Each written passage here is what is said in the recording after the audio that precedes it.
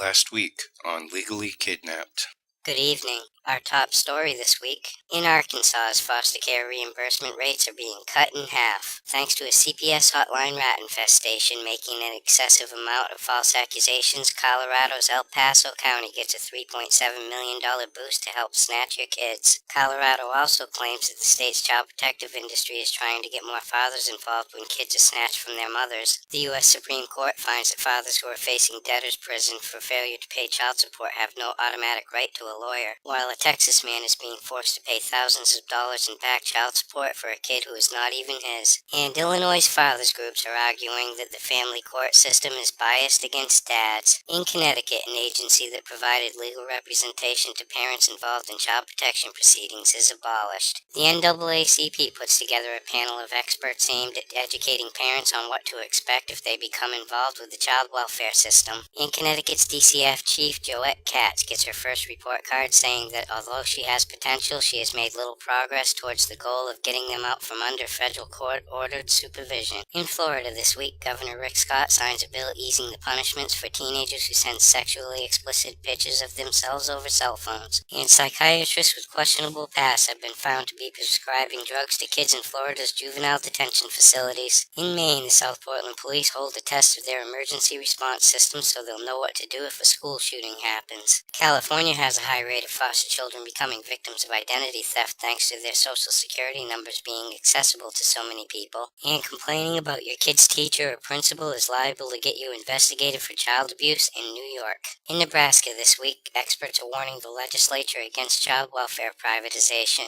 And a summit is held addressing ways to help all of the kids who have been failed while in Nebraska's foster care system. A new study from the University of New Hampshire reveals that children in long-term foster care suffer from high rates of behavioral and emotional problems. And the fast food chain Jack in the Box pulls toys from their kids' meals under pressure from the anti-obesity people. In Ohio this week, the legislature passes a bill that requires a sex offender type notification system for foster children who are being treated for certain emotional, behavioral, or mental issues. The Ohio Supreme Court upholds the denial of unemployment benefits to a social worker who failed to obtain the necessary professional certification to do the job. And Richland County pulls funding for police investigators who help the child protective industry to investigate crimes against children, thus leaving it all up to the social workers. In Oregon this week, CPS loses all of the belongings of two little boys who were snatched from their home, and the overpaid employees of the child protective industry are protesting proposed pay cuts by the state. The Rhode Island child protective industry cut 17 beds at shelters for abuse and neglected children.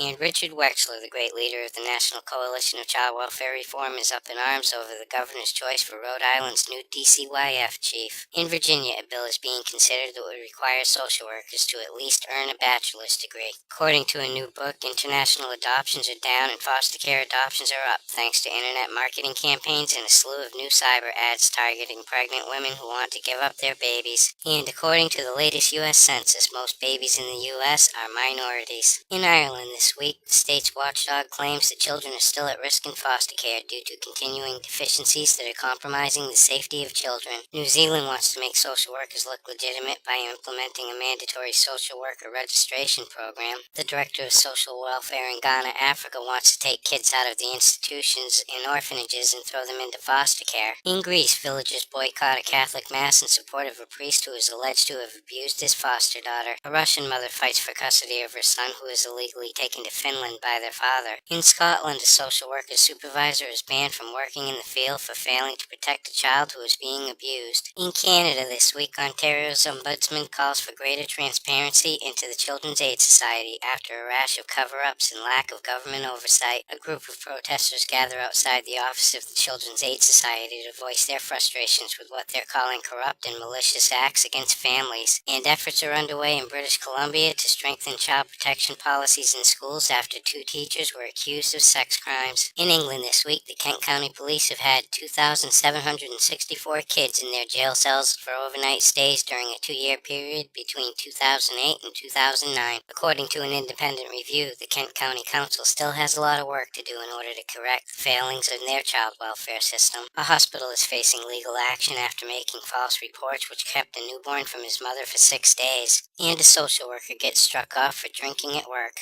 Another social worker is in trouble for falling asleep during a meeting with a family whose kids were said to have needed counsel supervision. A British father had to spend a year fighting social services in order to get his autistic 21-year-old back. Wales sees an 82% increase in CPS rats over the last year. And a 13-year-old is arrested for stabbing his foster mother to death in her flat with a knife. The chief executive of the Great Ormond Street Hospital is facing pressure to resign over the Baby P failure. The Sun newspaper pays compensation to a Baby P social worker after making allegations that were later proven to be false. And Jason Owen, one of the three convicted in the death of Baby P, is due to be released from prison in just 6 weeks after spending only 4 years in jail. In entertainment news this week, Arnold Schwarzenegger starts paying child support to Maria Shriver. Camille Grammer's kids won't be seen on Real Housewives next season because Kelsey won't sign the release papers. And Teen Mom star Amber Portwood has her custody review and keeps her once-a-week visits. In Utah this week, a man is sentenced to life in prison for raping a 16-year-old foster kid, and the foster mother is given probation for failing to report the crime. In Delaware, a pediatrician and expert witness on child abuse is found guilty of sexually abusing his patients. A Florida foster father gets 12 years for child porn. In Washington, a trial is set for a social worker who pretended to work for the county's prosecutor's office in order to get a paternity test results. And a man is accused of sexually assaulting a kid in a foster home in West Virginia. In Arizona, cops make a typo on a police report which causes a man to be considered unfit by the child protective industry to take custody of a family member's kid. Charges are proceeding against a Michigan mother accused of shooting at police who were helping social workers snatch her kid because she took her off psych meds. In Oklahoma, a couple of grandparents are complaining that the child protective industry cut them out of their granddaughter's life. A Texas mother loses custody of her kids and gets 5 years probation for legally spanking her daughter. A study from New York finds that a whining child is the most annoying thing that adults have to listen to. And finally tonight, a West Virginia caseworker is accused of sexual harassment for threatening to deny a woman her welfare benefits unless she showed him her boobs. For these stories and all the latest dirt on the child protective industry, visit www.legallykidnapped.com. And until next week, this is Baby LK, over and out.